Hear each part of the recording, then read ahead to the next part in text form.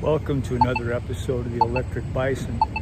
This 16-foot high bronze statue of V.I. Lenin, the man responsible for starting the Bolshevik Revolution in Russia, is in the neighborhood of Fremont, on the canal between the Pacific Ocean and Lake Union, Lake Washington, the ship canal.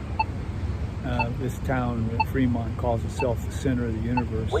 But I've always been fascinated by this statue.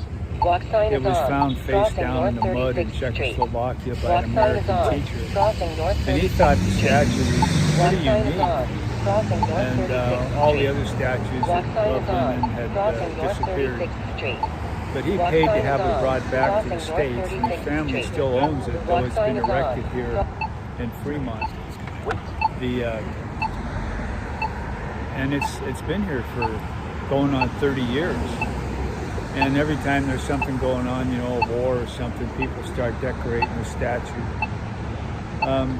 I find it very interesting because, number one, the forces that Lenin set in motion are like the forces that Trump has set in motion for capitalism. Only Lenin had a huge labor movement presence that was out there in the world at the time that no longer exists, really. And Trump doesn't have many people that want to have statues of him. There's the one of him and Epstein holding hands in the National Mall, and there's one in Rapid City, their city of presidents. They put him on because they got to have all the sitting presidents. But there's not many statues of Trump. And there were a lot of Lenin.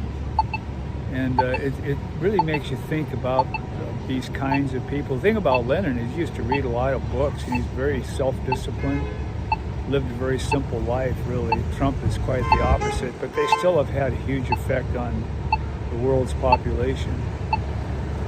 I think that Trump must really feel a need to get that Peace Prize, Nobel Peace Prize, because he needs to have something to hang his life on, more than Trump Tower or all the things he's put his name on, Washington, the White House, whatever the heck he's going to do, that he's the cause of. There's nothing to really tell us that Trump's ever been around after he's gone. So I get it. That's what he's after. Now, Lenin, he was nominated for the Nobel Prize back in 1917 after helping negotiate a peace treaty between Germany and Russia, but he died before it could be awarded, and the Nobel Peace Prize can't be awarded to someone who's dead. So Trump, being the same age I am, he's a little bit older than I am, but we're basically all the same age by about a month. He's getting close to the end, and I think he's closer than most people realize.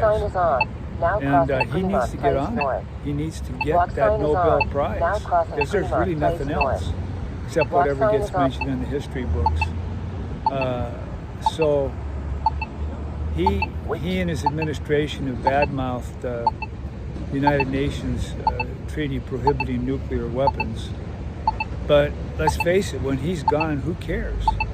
So the one thing he could do is represent the very first nuclear power to sign that treaty and start the ball rolling with the other 8 nuclear powers following behind, and our U.S. Senate beginning the long process of ratifying it. I think if he started that, he could actually be said to deserve the Nobel Peace Prize. And I think you ought to really take my suggestion seriously.